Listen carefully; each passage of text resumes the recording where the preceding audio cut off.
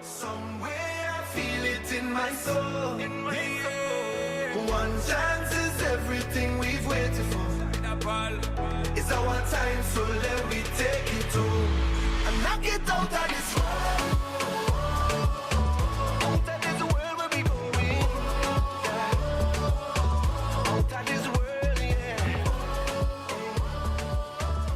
Welcome back to the SportsMax Zone. We're bowling things off with cricket. The Super 8 stage of the T20 World Cup got underway earlier on Wednesday with South Africa registering a close 18-run victory over co-hosts United States of America. After being sent to bat, South Africa posted a challenging 194 for 4 from their 20 overs, with wicketkeeper batsman Quinton de Kock top scoring with 74 against Sarab Netravalkar 2 for 21. The USA in reply made a contest of the match, ending on 176 for 6 from their 20 overs. Andreas Haus top scored with an unbeaten 80 against Kagiso Rabada with 3 for 18.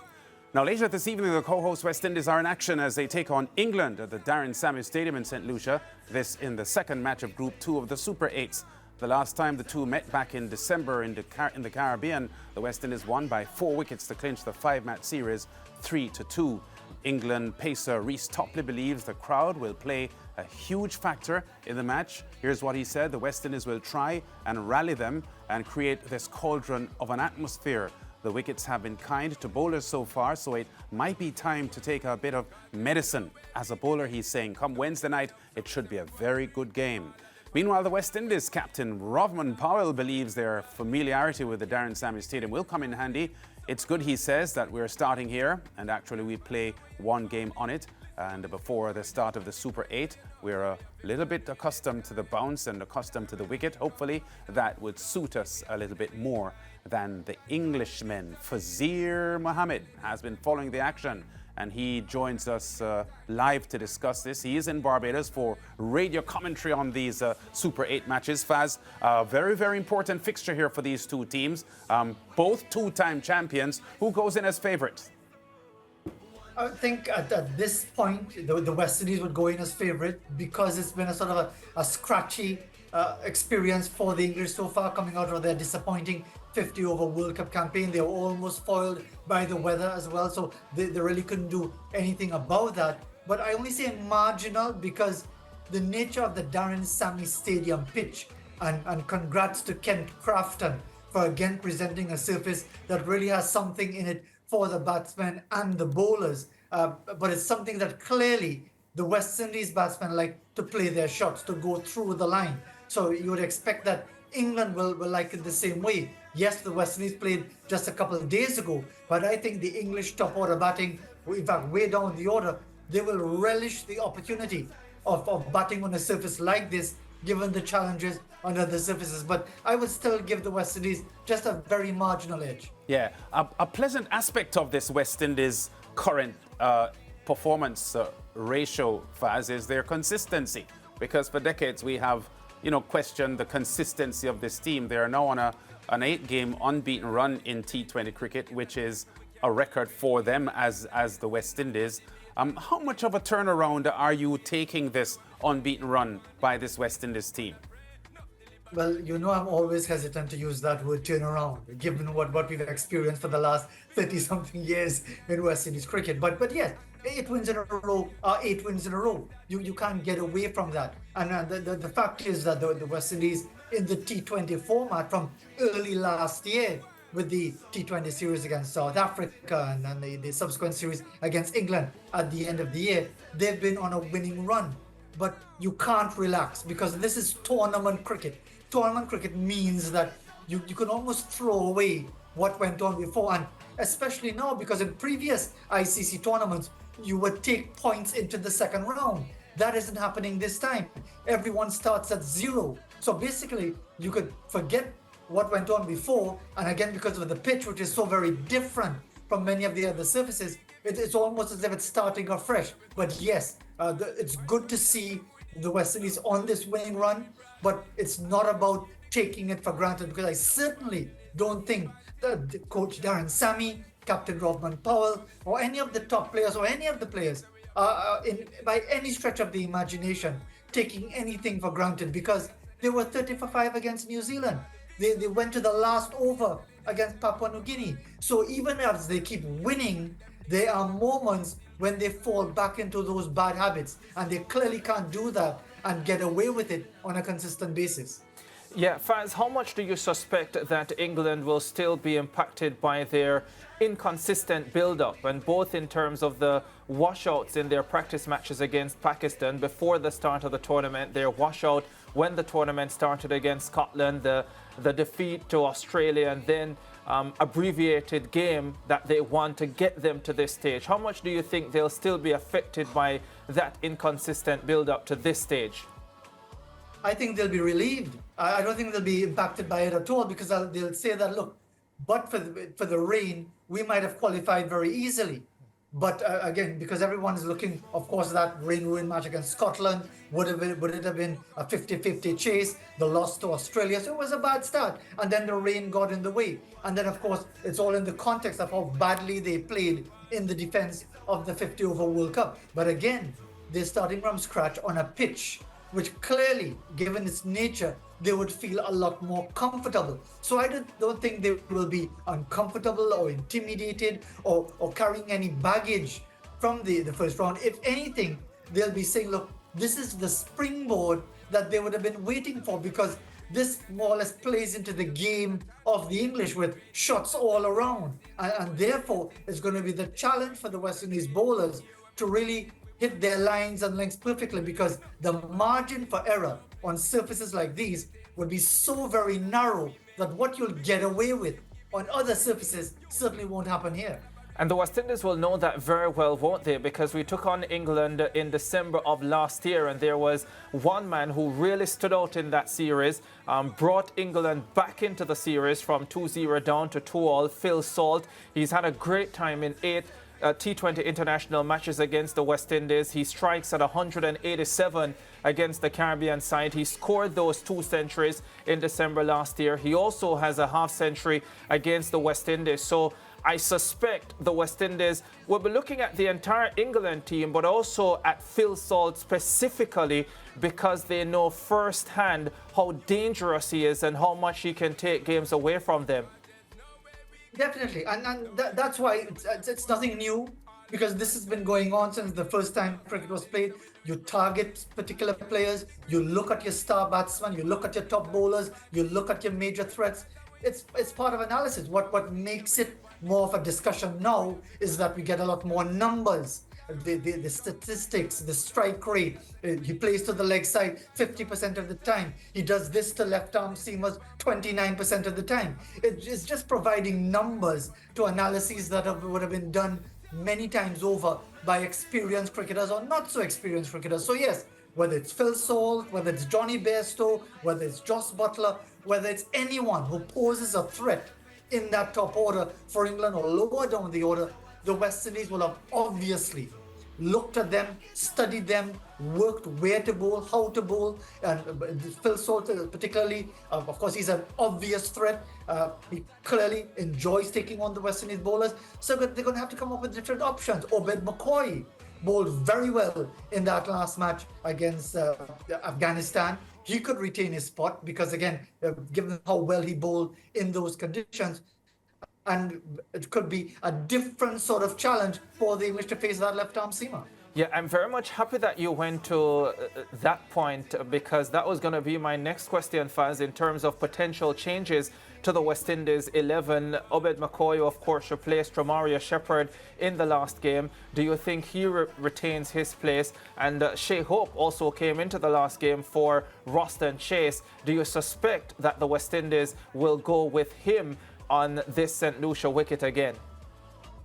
I'll go with that 50-50. I'll retain Obed McCoy, but I'll bring back in Roston Chase, because I think Roston Chase gives me more options. I'm not saying that Shea Hope wouldn't do a good job, but really, is the challenge going to be, if you really think about it, is the challenge going to be about getting runs at a quick pace, or the challenge going to be containment?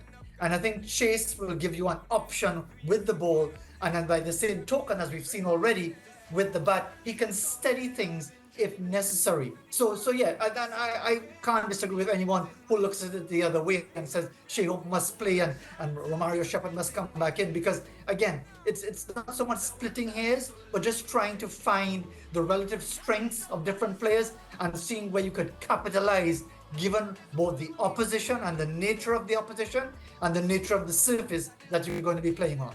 Yeah, Faz, a couple of months ago, the impactful Ben Stokes announced his unavailability for this T20 World Cup. How less potent is this England setup without Ben Stokes? I think the potency has more to do with his personality. I think what Ben Stokes has brought to English cricket as a leader is freedom. Because with Brendan McCullum as coach, they have made it clear that there is no burden anymore about getting dropped after a bad shot. Because that has been, not just in English cricket, that has been globally, in any competitive environment where the game is played, there's always that fear for a player. If I play a bad shot now at a critical time, I could lose my spot. But the way Ben Stokes plays his cricket, this unrestrained manner, and he backs himself all the way because he's good enough. And the fact is that England, with their cricketers, with the quality and the amount of cricket that they play, it's inevitable that if they play with that sort of freedom that he has given them, that they're going to be far more of a threat to opponents all over the world in all conditions. And we've seen that in Test cricket over the last 12 months. And yes, things might be changing a bit because other teams will be coming up with their different challenges. But so yes, as a cricketer, they will miss Ben Stokes. But I think what he has given to English cricket with the help of Coach Brendan McCullum is that freedom of that oppressive fear of being dropped when you fail. Yeah, and switching back to the West Indies quickly, Faz, before we wrap. Darren Sammy, the coach, has spoken consistently in recent months about the high level of confidence that is in this team, suggesting that there is a lot more bravado and self-belief in his unit now than there was maybe 2 or 3 years ago. Are you seeing that as well? I'm seeing confidence and I'm seeing a togetherness. And I like what I hear from Rovman Powell. And I know it might sound like a ridiculous comparison, but I don't think many people thought of Mahendra Singh Dhoni as an inspirational captain when he first came on the scene in 2005. And yet he led India to the World T20, their only World T20 title so far in 2007. And he's hailed even now as a great inspirational leader. Rovman Powell has just started. But for what I'm seeing from him, what I'm hearing from him, is a level of honesty, a level of candor, a sort of comfort with who he is. He doesn't shy away from saying things. He's very aware of his role as a captain. He spoke about Romario Shepherd having to go back at home for the birth of a child and saying that's all part of the team setup. So I think what is being created here is sort of a comfort zone, not a complacent zone, but a comfort zone where players are being allowed to express themselves. No, that doesn't change the reality of the pressure of a Super 8 situation. So I'm not seeing so much of the strutting sort of bravado, but I'm seeing more of a comfort of being in their own skins. All right, Faz, we leave it there. We'll talk again soon, I'm sure. Let's wish the West Indies team the best of luck for this assignment here in the Super 8 opener for them. Thanks, Faz. Take care. Yeah, and Ricardo, there's no question that Darren Sammy, as he has said in the past, and his partnership with Rovman Powell, that factor has had something to do with the upturn of this team and the kind of body language that we are seeing. Faz just mentioned that he liked what he's seeing, the spirit of the players and the sort of togetherness that we are seeing. And it certainly adds to their chances of winning this World Cup because of the spirit in the team. Yeah, you are right, Lance. There is a positive energy that you get out of this West Indies team, and we've gotten that since Darren Sammy took over as coach and Rovman Powell even before that as the captain. But I tell you something, Rovman Powell, Darren Sammy and the rest of the selectors have a very tough job tonight. They do. In deciding the 11 that they'll go with. And I tell you why. And I hear Faz, and I don't necessarily disagree with Faz because I think the way he would do it is very much an option. But here's the thing.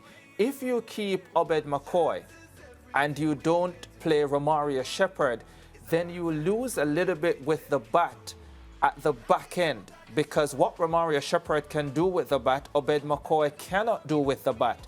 And so if you're losing that at the back end, do you need to shore up the batting and go with Shea Hope, who is, at least from my standpoint, the better batsman in at that number 4 position?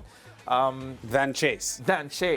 So I understand the idea of having more options if you have Roston Chase, but at the same time, if it's McCoy that you have at the back end instead of Romario Shepherd, who can give you a lot with the bat, then the dynamic becomes a little bit different as well. It makes the decision really tough. But you know, Ricardo, what the irony here is that the West Indies, for the first time in recent memory, they're being spoiled for choices. Because never before in my history of watching West Indies cricket has this been the case. When the West Indies were dominant, they had a set team. You know, there were good players who couldn't get in, you know, unless someone gets injured or something, but the team was set. The coaches had no headaches because the team was set.